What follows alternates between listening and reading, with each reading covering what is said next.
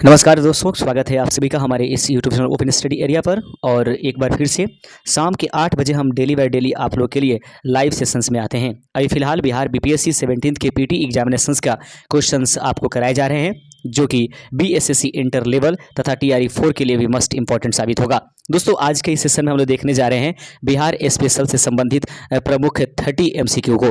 तो ध्यान से देखते चलिएगा, जहां भी मुझे लगेगा कि यहाँ पर एक्सप्लेन की आवश्यकता है वहां पर हम एक्सप्लेन करने की भी कोशिश करेंगे। यदि आपको आंसर पता है तो आप इसका आंसर भी कमेंट बॉक्स में लाइव करते चले जाइएगा और चैनल को सब्सक्राइब करके बेल आइकन को जरूर प्रेस कर दीजिए। पहला प्रश्न है कि विशाख दत्त कृत मुद्रा राक्षस में मौर्यों के लिए किस शब्द का प्रयोग किया गया है। विशाख दत्त के द्वारा जो मुद्रा राक्षस लिखा गया है उसमें मौर्य शब्द के लिए किस शब्द का प्रयोग किया गया है। दोस्तों, यहाँ से दो प्रश्न यहाँ पर पहले क्लियर हो जाते हैं। प्रश्न में ही 3 प्रश्न के आंसर क्लियर हो जाते हैं। जैसे कि विशाख दत्त के द्वारा क्या लिखा गया, मुद्रा राक्षस, या फिर कह सकता है कि मुद्रा राक्षस किसके द्वारा लिखा गया। तो याद रखेंगे विशाख दत्त के द्वारा, यह किससे संबंधित है, तो मौर्य काल के बातों के बारे में, मौर्य काल से संबंधित बिंदुओं को इस पर अधिक तौर से बताया गया है। तो यहाँ पर कहा गया विशाख दत्त द्वारा कृत की गई मुद्रा राक्षस जो है मौर्य शब्द के लिए या मौर्यों के लिए किस शब्द का प्रयोग किया गया है। तो मौर्य शब्द के लिए दोस्तों प्रयोग किया गया है या मौर्यों के लिए प्रयोग किया गया है ब्रिशल। याद रखेंगे, इस ब्रिशल का मतलब होता है सर्वश्रेष्ठ राजा। तो याद रखेंगे ब्रिशल शब्द का मतलब क्या होता है, सर्वश्रेष्ठ राजा। और ये ब्रिशल शब्द किसके लिए जो है मौर्यों के लिए प्रयोग किया गया है, कहाँ पर, मुद्रा राक्षस में। यह किसके द्वारा रचित किया गया है, विशाख दत्त के द्वारा। उम्मीद करते हैं दोस्तों कि आप इस बिंदु को कंप्लीट कर चुके होंगे और आप सभी जानते हैं कि मौर्य वंश के संस्थापक चंद्रगुप्त मौर्य थे और उनके गुरु जो है विष्णुगुप्त, वो बाद में चल करके मौर्यकालीन शासन में वे प्रधानमंत्री के पद पर उपस्थित थे। दोस्तों, ये आप सभी जानते होंगे कि विष्णुगुप्त या फिर मौर्य शासन से संबंधित जो भी घर बनाए जाते थे वह लकड़ी के बनाए जाते थे। इन बिंदुओं को ध्यान में रखिएगा। आइए दूसरा नंबर क्वेश्चन है आज का कि तृतीय बौद्ध संगीति का आयोजन किसके शासनकाल में किया गया था। प्रश्न आपके पास 2 नंबर है। प्रश्न है कि तृतीय बौद्ध संगीति का आयोजन किसके शासन में किया गया था। दोस्तों, इस प्रश्न को एक्सप्लेन करने की जरूरत है, लेकिन सबसे पहले इस प्रश्न का आंसर देख लीजिए।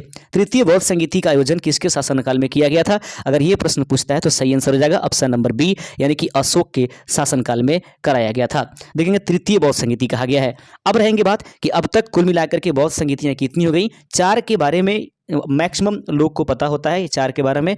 हालांकि कुछ पुस्तक में 5वें बौद्ध संगीति के बारे में भी बताया गया है, लेकिन आपको 4 मस्ट इंपॉर्टेंट जानना जरूरी है। तो सबसे पहले प्रथम बौद्ध संगीति को देख लेते हैं। प्रथम बौद्ध संगीति दोस्तों 483 ईस्वी पूर्व में होती है, ठीक है, बीसी में होती है। उस समय यह कहाँ पर होती है, राजगृह में। प्रथम की बात कर रहे हैं, राजगृह, जिसको राजगीर के नाम से भी आज हम लोग जानते हैं। इसके अध्यक्ष कौन थे, तो महाकश्यप। याद रखिएगा, प्रथम बौद्ध संगीति के अध्यक्ष कौन थे, महाकश्यप। अभी हमारे पास प्रश्न था कि तृतीय बौद्ध संगीति, लेकिन हम प्रथम के बारे में पढ़ रहे हैं। तो प्रथम बौद्ध संगीति 483 ईस्वी पूर्व में राजगृह में हुआ था। महाकश्यप इसके अध्यक्ष थे। ये किनके शासनकाल में हुआ था, तो याद रखेंगे अजातशत्रु के शासनकाल में प्रथम जो है बौद्ध संगीति हुआ था। अब आइए दूसरे नंबर बौद्ध संगीति को देख लेते हैं। तो दूसरे नंबर बौद्ध संगीति जो दोस्तों वह हुआ था वह 383 ईस्वी पूर्व में हुआ था, यानी लगभग आप समझ लेंगे 100 सालों का डिफरेंस रहा। यह कहां पर हुआ था, वैशाली में। और उसके बाद इसके अध्यक्ष कौन थे, सबाकामी। याद रखेंगे सबाकामी। और ये किनके शासनकाल में हुआ था, तो ये शासनकाल था काला अशोक। अब हमारे प्रश्न की बारी आ जाती है, जो प्रश्न हमसे पूछा गया है। प्रश्न है कि तृतीय बौद्ध संगीति के आयोजन किसके शासनकाल में हुआ था। सही आंसर इसका क्या हो जाएगा, ऑप्शन नंबर बी। आप लोग तुरंत, हमने बताया था कि अशोक है। तो आइए अब इस बात को समझते हैं। तृतीय बौद्ध संगीति का आयोजन जो है 351 ईस्वी पूर्व में होती है। दोस्तों याद रखिएगा, यह कहां पर होती है, पाटलिपुत्र में। याद रखेंगे पाटलिपुत्र। और आप सभी जानते हैं कि पाटलिपुत्र के संस्थापक कौन है, उदयन है। तो देख लेंगे तृतीय बौद्ध संगीति अशोक के शासनकाल में कब हुआ था, 251 ईस्वी पूर्व में हुआ था, ठीक है। कहां पर हुआ था, पाटलिपुत्र में हुआ था, ठीक है, पाटलिपुत्र में। और इसके अध्यक्ष कौन थे, याद रखेंगे तृतीय बौद्ध संगीति के अध्यक्ष है मोगलीपुत्तिस थे। याद रखेंगे मोगलीपुत्तिस। और ये किसके शासनकाल में, अशोक। अब आती है चौथा नंबर बौद्ध संगीति। तो चौथा बौद्ध संगीति दोस्तों यह प्रथम ईस्वी, यानी कि ईस्वी की प्रथम शताब्दी में हुआ था। यह कहां पर हुआ था, तो याद रखें कुंडल ग्राम में हुआ था। कुंडल ग्राम में चतुर्थ बौद्ध संगीति होती है। इसके अध्यक्ष कौन थे, वसुमित्र या अश्वघोष। याद रखेंगे ये किसके शासन में हुआ था, कनिष्क में। तो दिए गए प्रश्न का आंसर आप लोग उम्मीद करते हैं कि कंप्लीट हो गया होगा। फिर से एक बार दोहराते हैं, प्रथम बौद्ध संगीति राजगीर में, दूसरा वैशाली में, तीसरा पाटलिपुत्र में, चौथा कुंडल ग्राम में। और इसके अध्यक्ष प्रथम के महाकश्यप, दूसरे के शाबाकामी, तीसरा के मोगलीपुत्तिस और वसुमित्र चौथे का। शासनकाल में प्रथम बौद्ध संगीति जो है अजातशत्रु के शासनकाल में, द्वितीय काला अशोक के शासन में, अशोक के शासन में तृतीय, और कनिष्क के शासन में जो है चतुर्थ हुआ था। लीजिए तीसरा नंबर प्रश्न आपके सामने है कि गुप्त काल में किस सम्राट के प्रयासों से नालंदा विश्वविद्यालय की स्थापना हुई थी। तीसरे का सही आंसर हो जाएगा ऑप्शन नंबर सी, यानी याद रखेंगे कुमार गुप्त के समय में। याद रखेंगे कि गुप्त काल यानी गुप्त वंश के संस्थापक जो हैं श्री गुप्त हैं, उसमें से एक महत्वपूर्ण और बहुत ही योग्य शासक कौन थे? कुमार गुप्त। इन्हीं के द्वारा नालंदा विश्वविद्यालय की स्थापना कराया गया था। अगला क्वेश्चन है चौथा नंबर प्रश्न का आंसर आपको पता है तो आंसर दे सकते हैं। पाटलिपुत्र नगर की स्थापना किस शासक ने किया था? तो याद रखेंगे पाटलिपुत्र नगर की स्थापना जो है उदयन के द्वारा किया गया था। वहीं पर पूछा जाए कि पटना का स्थापना किसने किया था? शेरशाह सूरी आपका सही आंसर हो जाएगा।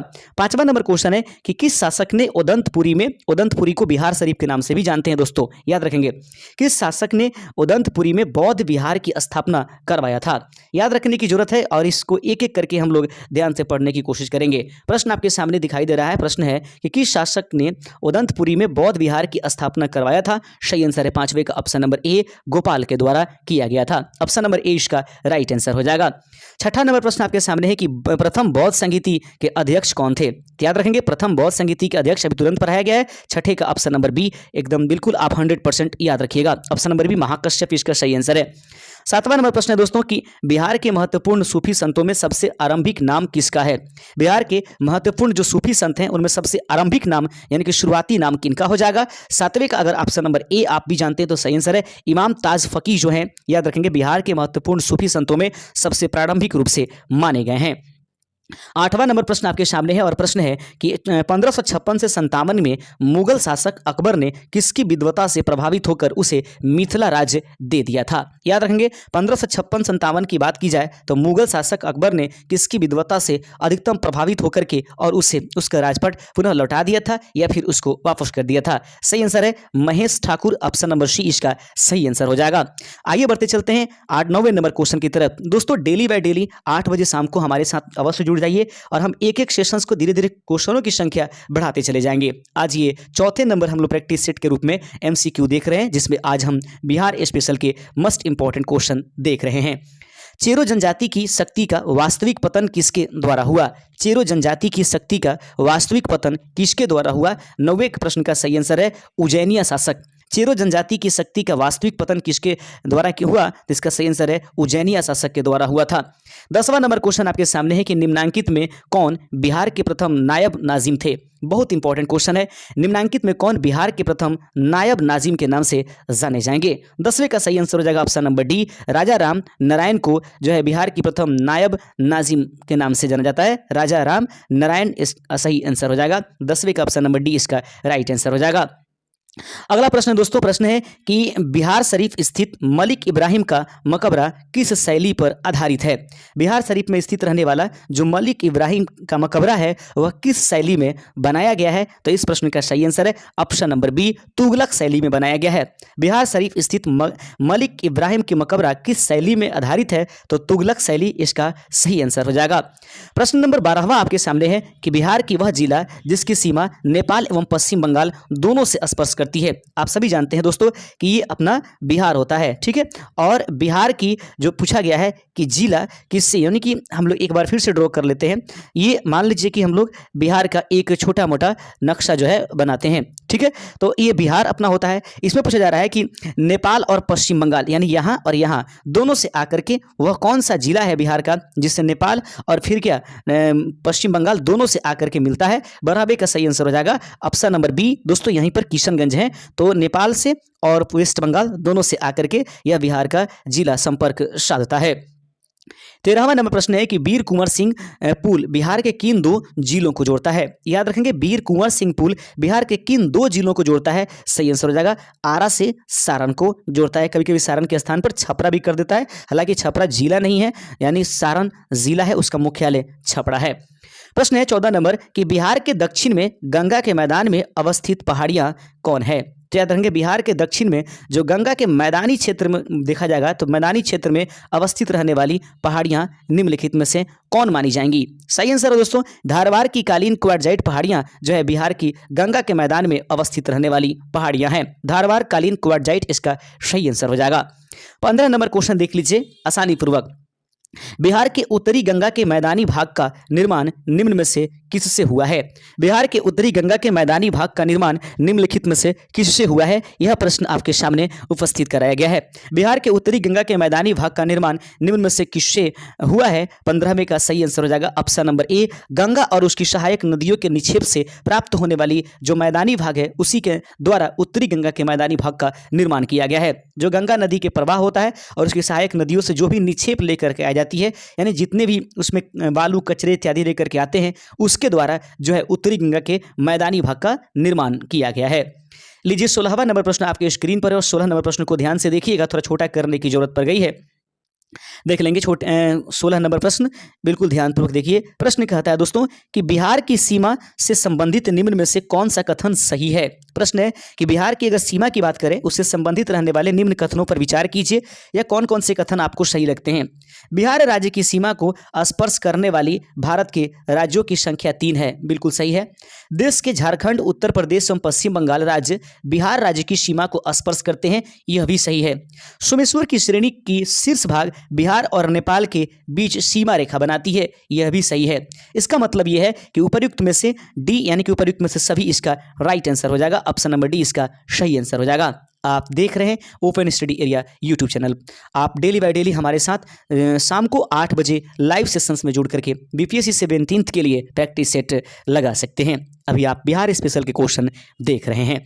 निम्न में से कौन 2 बार बिहार का राज्यपाल रहा? प्रश्न आपके सामने है कि निम्न में से कौन 2 बार बिहार का राज्यपाल रहा है? 17 का सही आंसर हो जाएगा option number A R Kidwai. याद रखेंगे निम्नलिखित में से वो कौन व्यक्ति हैं जो 2 बार बिहार के राज्यपाल रहे हैं। इस प्रश्न का आंसर अगर आपसे पूछा जाता है, सही आंसर है ए आर किदवई जो हैं वह 2 बार बिहार के राज्यपाल रहे हैं। 18 नंबर क्वेश्चन आपके सामने है कि वर्ष 2011 की जनगणना के अनुसार बिहार का वह एकमात्र जिला जो राष्ट्रीय साक्षरता दर से भी ऊपर है। याद रखेंगे वर्ष 2011 की जनगणना को अगर देखें तो इस आंकड़े के अनुसार बिहार का वह एकमात्र जिला कौन है जिसकी जो साक्षरता दर है वो राष्ट्रीय साक्षरता दर से भी अधिक पाया गया। 18 का सही आंसर है रोहतास। याद रखेंगे 73 दशमलव कुछ यानी कि 73.73 या ऐसा 37 के करीब यहाँ पर जनगणना के मान देखे गए हैं। जनगणना में मतलब ये साक्षरता दर देखे गए हैं। पटना में राष्ट्रीय अंतर्देशीय नेविगेशन संस्था की स्थापना की गई। पटना में राष्ट्रीय अंतर्देशीय नेविगेशन संस्था की स्थापना किन के द्वारा किया गया है? 19 नंबर प्रश्न का सही आंसर है, यानी कब किया गया है? 2004 में।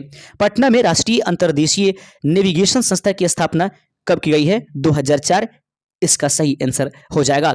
20वां नंबर क्वेश्चन आपके सामने है और प्रश्न है कि नीचे दिए गए राज्यों के क्षेत्रफल की दृष्टि से बिहार किसके सबसे समीप है? नीचे दिए गए राज्यों के क्षेत्रफल की दृष्टि से बिहार सबसे ज्यादा किसके समीप माना जाएगा? याद रखेंगे पश्चिम बंगाल यानी कि वेस्ट बंगाल इसका राइट आंसर हो जाएगा। आप देख रहे हैं open study area YouTube channel. और 21 नंबर प्रश्न आपके स्क्रीन पर है। प्रश्न कहता है कि बिहार में सिगरेट का संगठित क्षेत्र कारखाना कहाँ स्थित है? याद रखेंगे 21 नंबर प्रश्न है कि बिहार में सिगरेट का संगठित क्षेत्र कारखाना कहाँ उपस्थित है? 21 का सही आंसर है यह मुंगेर में उपस्थित है। आगे बढ़ते चलते हैं।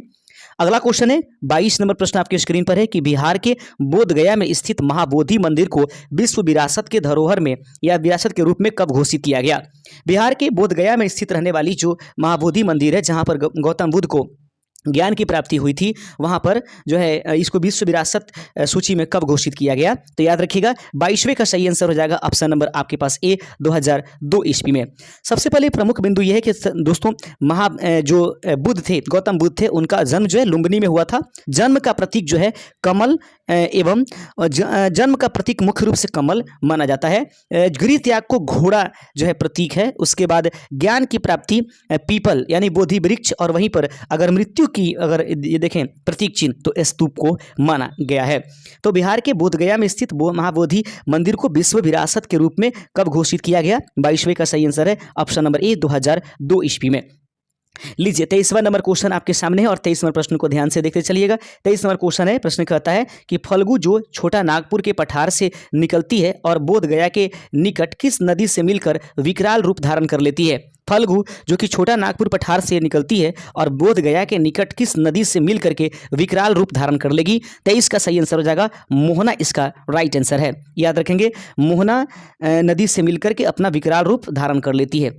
24 नंबर क्वेश्चन आपके सामने है और प्रश्न 24 नंबर कि थंका चित्रकला का संबंध किस धार्मिक संप्रदाय से है? थंका चित्रकला का संबंध किस धार्मिक संप्रदाय से है? 24 का सही आंसर हो जाएगा कि थंका चित्रकला का संबंध जो है वह किस धार्मिक संप्रदाय से है? ऑप्शन नंबर ए, यह जैन धर्म से संबंधित है। आगे प्रश्न देख लेते हैं। क्वेश्चन कहता है 25 नंबर कि कालिदास रंगालय कहाँ स्थित है? कालिदास का रंगालय कहां पर स्थित है? 25 नंबर क्वेश्चन का सही आंसर है ऑप्शन नंबर बी, यानी यह पटना में उपस्थित है। कालिदास रंगालय कहां स्थित है? पटना में, ऑप्शन नंबर 20 का सही आंसर हो जाएगा। 26 नंबर क्वेश्चन है कि गंगा की मैदान की पुरानी कछारी मिट्टी क्या कहलाती है? याद रखें दोस्तों, गंगा के मैदान की पुरानी कछारी मिट्टी क्या कहलाती है? तो नई को हम लोग खादर कहते हैं, लेकिन पुरानी को हम लोग क्या कहते हैं? भाबर नहीं, भांगर कहते हैं। ऑप्शन नंबर आपके पास बी इसका सही आंसर हो जाएगा। 26 का ऑप्शन नंबर बी, यानी कि भांगर। गंगा के मैदान की पुरानी कछारी मिट्टी कहलाती है वांगर, जबकि नई मिट्टी को खादर के नाम से जानते हैं। आगे बढ़ते चलते हैं। अगला प्रश्न 27 नंबर है कि समुद्र तल से बिहार की औसत ऊंचाई कितने मीटर है? समुद्र तल से बिहार की औसत ऊंचाई कितने मीटर मानी जाएगी? 27 नंबर क्वेश्चन का ऑप्शन नंबर 20 का सही आंसर है 53 मीटर, करीब 176 फीट के करीब ये बताया गया है। अगला क्वेश्चन है कि ये बरहयोनी हिल बिहार के किस जिला में स्थित है? 28 नंबर प्रश्न है कि वहयोनी हिल बिहार के किस जिला में स्थित है? 28 का सही आंसर होगा कि यह गया में उपस्थित है। वहयोनी हिल बिहार के किस जिला में उपस्थित है? गया, इसका सही आंसर हो जाएगा। 29 नंबर क्वेश्चन है कि बिहार का कौन सा कृषि जलवायु क्षेत्र सर्वाधिक वर्षा वाला क्षेत्र है? बिहार का वह कौन सा कृषि जलवायु क्षेत्र है जिसमें सर्वाधिक वर्षा वाला क्षेत्र इसको माना गया है? 29 का सही आंसर हो जाएगा ऑप्शन नंबर ए, उत्तर पूर्वी जलवायु को बिहार का जो है सर्वाधिक वर्षा वाला कृषि जलवायु क्षेत्र माना गया है। ऑप्शन नंबर ए इसका सही आंसर हो जाएगा। 30 नंबर क्वेश्चन आपके सामने है। प्रश्न है कि मानसून का आगमन बिहार के किस जिला में सबसे पहले होता है? बहुत इंपॉर्टेंट क्वेश्चन कि मानसून का आगमन बिहार के किस जिला में सबसे पहले होता है? 30वें का सही आंसर ऑप्शन नंबर सी, इसका सही आंसर हो जाएगा। दोस्तों ऐसा ना समझेंगे कि क्वेश्चन स्लो है, ध्यान रखिएगा। बिहार स्पेशल के क्वेश्चन इसी प्रकार के होते हैं, बाकी भूगोल या विश्व भूगोल जो होता है, भारत का भूगोल होता है, उसमें पूरे डीप क्वेश्चन जाते हैं। तो इस चीज को ध्यान में रख करके आगे बढ़ते चलिएगा। शुक्रिया, कल फिर आपको इसी समय हम मिलने की कोशिश करेंगे। जय हिंद।